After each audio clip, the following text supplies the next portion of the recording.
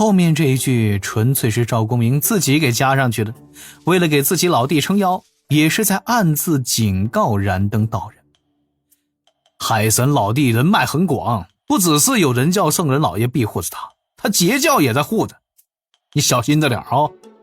顺带着还威胁一下燃灯道人，想收拾你我家老弟有的是主意，知不知道？等赵公明讲完这些之后，对李长寿挑了挑眉，这位截教外门大弟子笑道：如何？老哥这次也算是收放自如吧。今后这燃灯副教主怎么也要仔细掂量掂量。李长寿的指导人含笑点头，连说老哥辛苦了。本体却是在密室之中一阵挠墙啊。虽然跟燃灯道人因这次之事今后必然不可能和睦，但是自己此前给燃灯道人留下的印象应该是有一点小机智的人教弟子罢了。嘿呀，被赵大爷这么一闹啊，估计以后想算计燃灯道人着实是难了。海神庙中，李长寿命人设宴，与赵公明和黄龙真人小酌几杯，宾主皆欢。玉虚宫内，那燃灯道人回了自己修行的大殿，便命那童子守在殿前。大殿被大阵笼罩，也不知道这位老道在里面做什么。事后，李长寿做了一个简单的总结，并且着重地分析了一下燃灯这个阐教的副教主所发挥出的作用。总体而言呢，对方现在还是道门大佬。根据自己在喝酒的时候从赵公明和黄龙真人的口中打探到的消息，坐实了燃灯道人与广成子不和。阐教其内倒是不如截教内部和谐。元始天尊老爷最爱的弟子其实是南极仙翁，南极仙翁与广成子是仅有的两个能够随时进三游小院拜圣人老爷的圣人弟子。燃灯虽然是副教主，但也只有部分与他走得近的门人听他的号令，其他大多都只是应付一二声，话语权远不如广成子。可是名义上呢，燃灯还可以对广成子下令，这就让广成子有些不满了。当然了，李长寿并非是想主动对付燃灯，他了解这些只是为了应对今后可能会出现的麻烦。除却赵大爷突然的自我，这次也都算是在掌握之中。算计一道，牵一发而动全身。李长寿在被圣人老爷赋予伏龙上天的任务时就已经做好了这些准备，今日之付出便是为了今后仙路之长宁。努力吧，先力给！李长寿振作精神，送走赵公明与黄龙真人两位前辈好友之后，心神回归本体，安心巩固境界，观察四海情形。顺便李长寿列了一个表格，将自己能够想到的所知晓的有可能入手的宝物尽数写了下来，论如何不沾因果的充实自我。说起宝物，李长寿手中最强的灵宝就是那棵在安水城地下指道人库中安安稳稳待着的那相思宝树。这是后天功德灵宝，品阶虽高，却无法直接用到斗法上，总不能斗法厮杀的时候自己搞一批指道人拿着相思树的树枝暗戳戳的去扎那些强敌吧。这样虽然也有些效果吧，但是斗法一次，这估计相思树也就秃了。我变秃了，但是也没有变强。李长寿哪怕修成了金仙，也不敢去谋划先天灵宝的一阶宝物。洪荒自远古至今，带着先天二字的宝物差不多都已是有主了。如今他的目标锁定在了后天功德灵宝以及后天功德至宝上。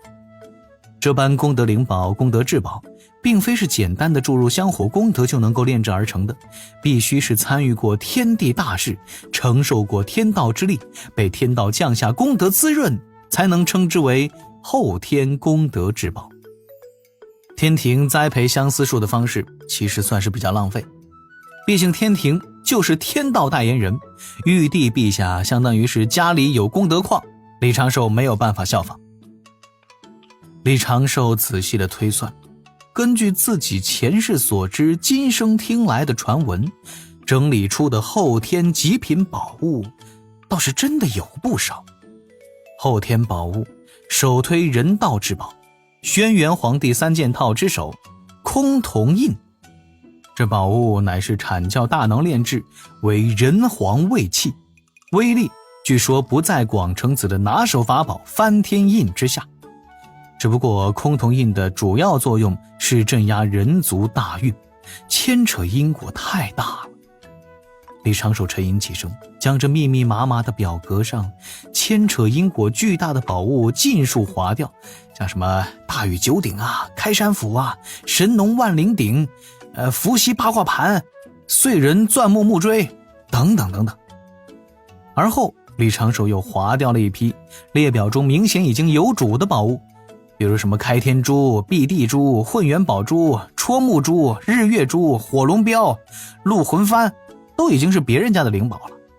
忙碌了几个时辰，李长寿最后将列表上的宝物尽数划掉，坐在那儿一阵无奈。想要几件宝物，当真是要从强人所难入手了。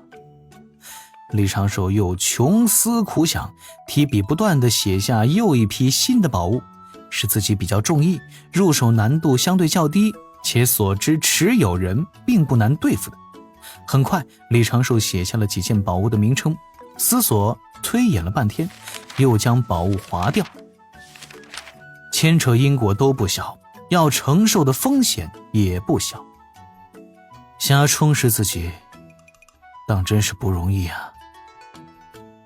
一扫衣袖，李长寿并未继续在此事上花费心力，已经是决定将自己的境界稳固之后，就启动以单换宝的计划。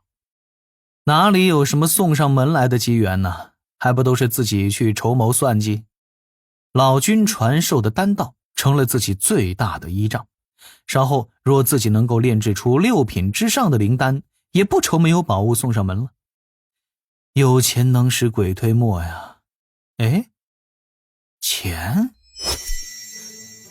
心底灵光一闪，李长寿突然想到了什么，取来一张布帛，开始低头写写画画。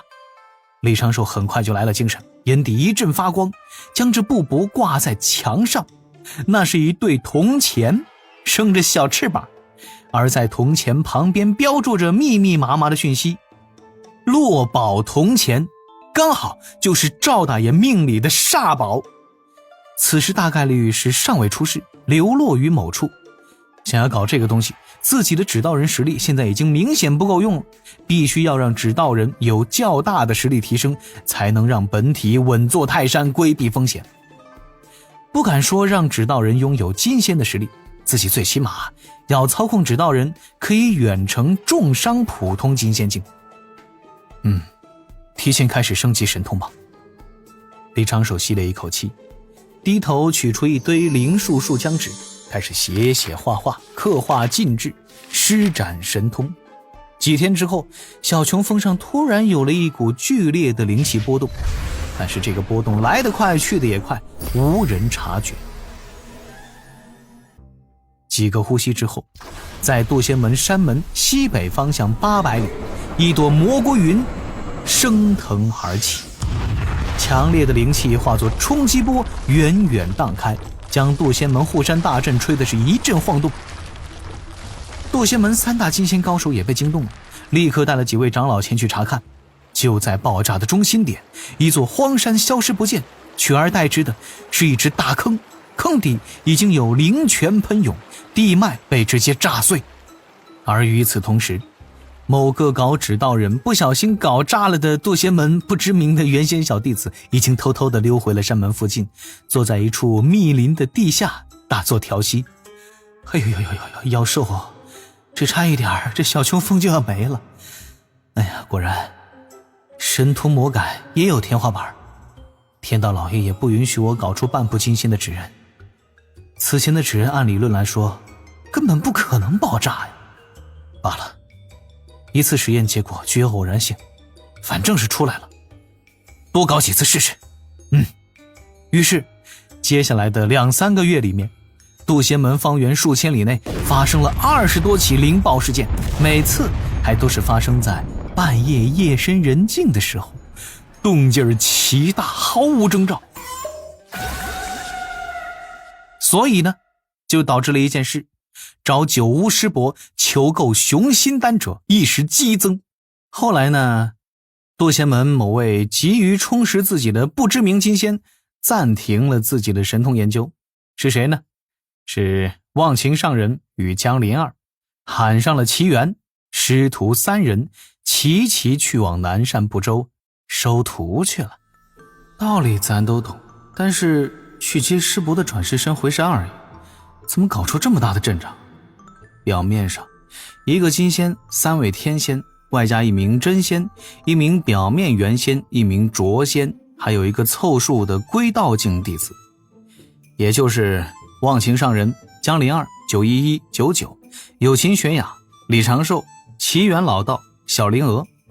自然被江林儿喊出来的李长寿是在山中待着的指道人。如果计算上李长寿为了保护师父师妹而一并带出的指道人，这股战力去攻打一个小仙门都是绰绰有余。今天这事儿与李长寿这一段时间一直在渡仙门附近搞爆破也是存在一定的因果关系。尝试指道人神通的极限，导致灵爆不断，冲击波隔三差五的就搞一次护山大阵，让忘情上人与江林儿也是无法静心闭关。于是呢，江林儿闲来无事，就来小琼峰上指点自己的徒子徒孙，搞一搞修仙之余的娱乐生活，和有情玄雅、99、灵娥不断的用仙指打磨那些精美的玉石方块。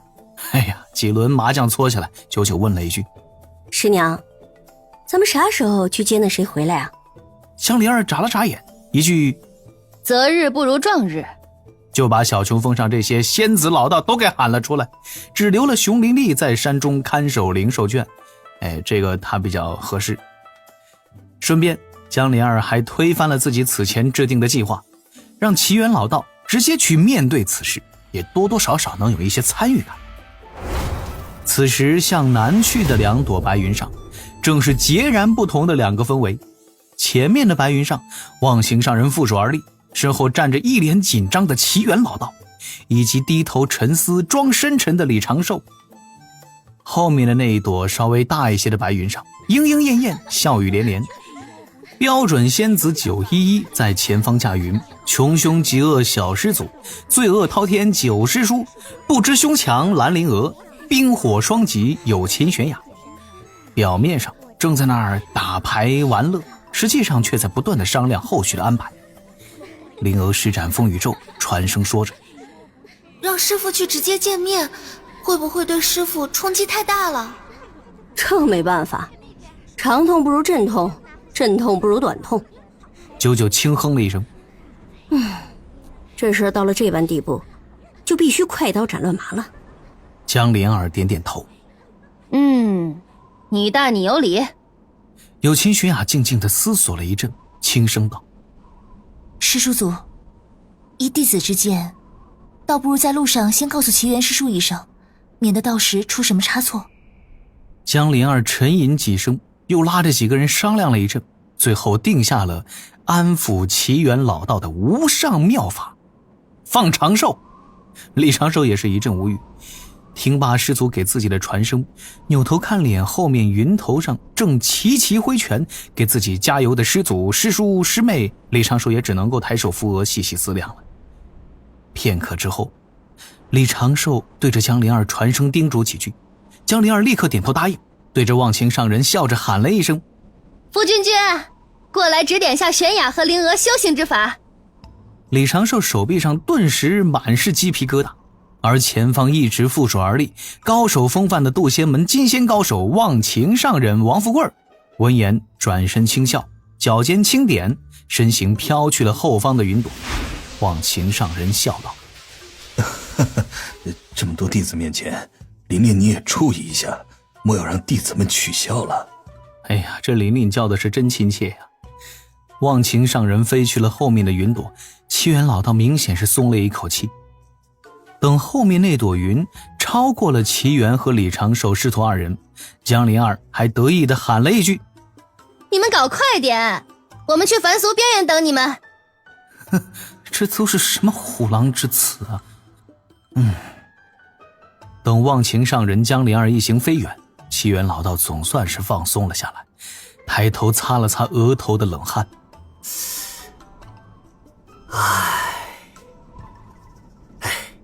师父要去俗世玩耍，还要搞这般大的阵仗。李长寿的心底轻笑，这般大的阵仗，半数还是因为师父您呐。随之李长寿看着这一位带自己入门引自己入道的师父，心底莫名的有些酸涩。世上之事难得圆满，师父的道基还有补全的可能时，自己修为浅，本领低微，除却融仙丹之法，想不出其他能够助师父熬过天劫的策略。如今呢，自己已经修成了长生道果，又得太清丹道，甚至能够求来9转金丹、9转灵丹，但是师父已经化作了浊仙。第一次见玄都大法师时，李长寿就已经问了此事，玄都大法师明确地给了答复：浊仙走的是地仙之道，并非伤病，也并非是走火入魔，不需要救，更无法救。大概这就是师父的造化吧。师父，李长寿的手指对着云上一点，那里顿时多了一只矮桌，2只座椅。